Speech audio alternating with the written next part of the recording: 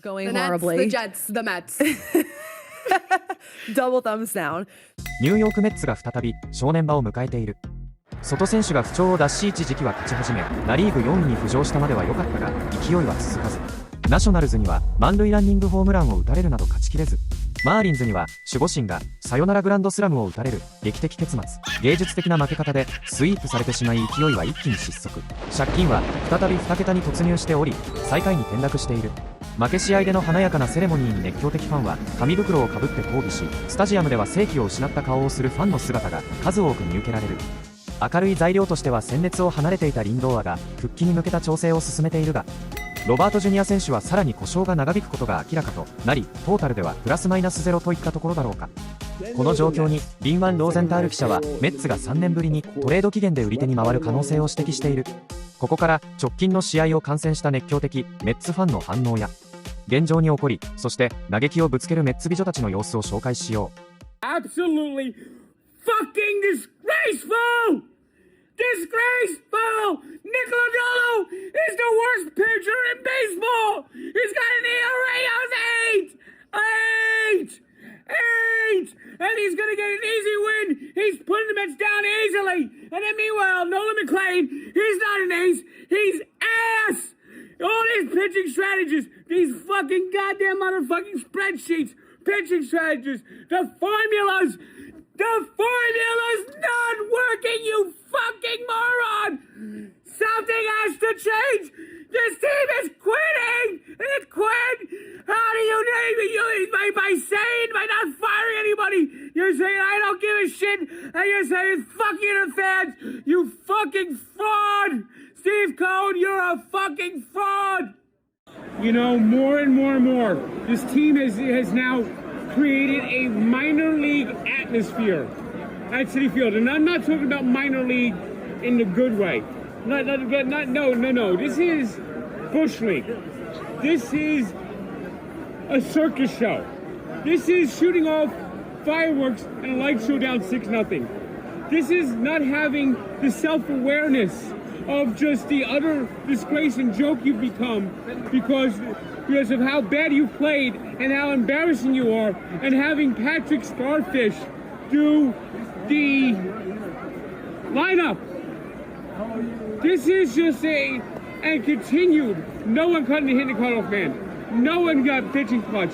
David Peterson shitting the bed again. Sean Manaea getting the mop up. Of course, Juan Soto hits a homer. Yeah, good for him. Bully him down 7-2. Let's put on the work vest and the helmet. Because, you know, that's such a great home run. It's a crisp ball moment. There's no self-awareness. There's no... This is such a just minor league, bush league, amateur hour just operation. All right. So the Mets aren't good. The Mets are the Nets, and nobody's rooting for them, and it's going The horribly. Nets, the Jets, the Mets. Double thumbs down. They're 22-32, bottom of the NL East, bottom of the barrel, bottom of the deep sea. Like, they're just not good. There are very few teams that are worse than them. They're horrible. And that sucks because the last time that we spoke, we thought there was a chance that they wouldn't be horrible.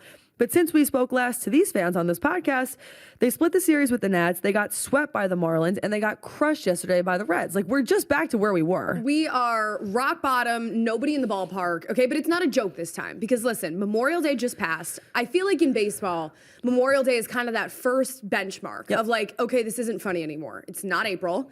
It's about to be, not May. Memorial Day is kind of like that. You take the pulse of your team, and whatever happened the first couple months, it's like, okay, this may actually just be who they are as a team, and that is the territory we are approaching with the New York Mets. The Mets are not a good team this year. We're just gonna have to, and my dad's still trying to be like, it's a long season, and it is, all right? There are 100 more baseball games to play, unfortunately, because I don't have the appetite to watch any of them because this team is so bad. Jesus. Yeah, really, really horrible.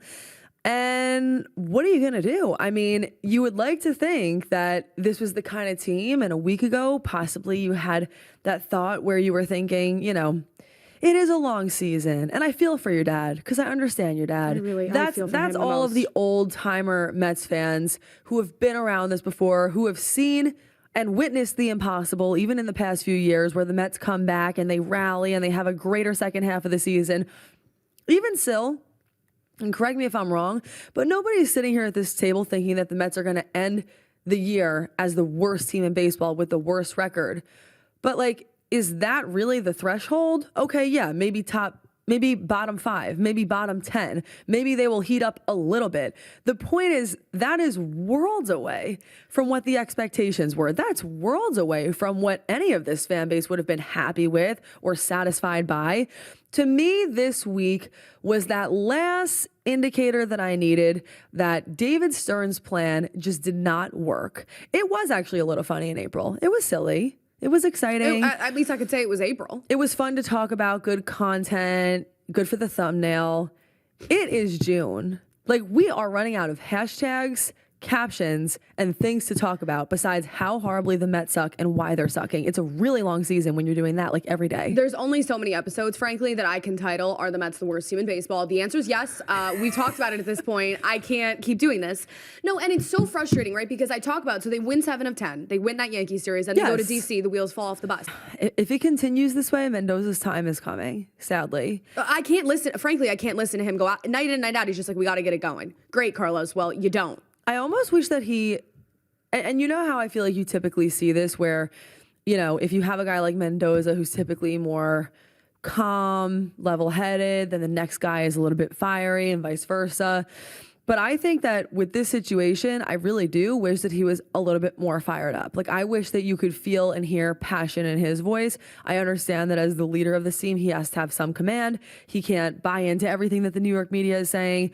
But I would have liked to see a little bit more juice from him. I agree with you. He almost seems too calm and too deflated to the point where it almost feels like he has not given up with the rest of the team, because I know he's trying, but he seems maybe helpless is the right word. Like, he's pulled every trick out of his hat that he possibly could to try and fix this thing, and it still hasn't happened. At that point, if there's really nothing left that he can try and do to change it, yeah, at some point, it's one of those things. You can't fire the players. Stearns isn't going to get fired here. Mendoza would be the first person to go.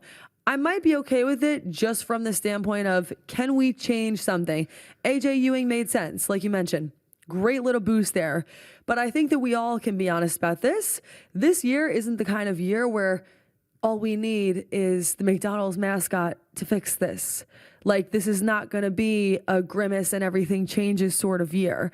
All of that was great and fun and gimmicky, but the reason why the Mets were so successful is because at that time, coincidentally, they did also turn things around on the baseball field.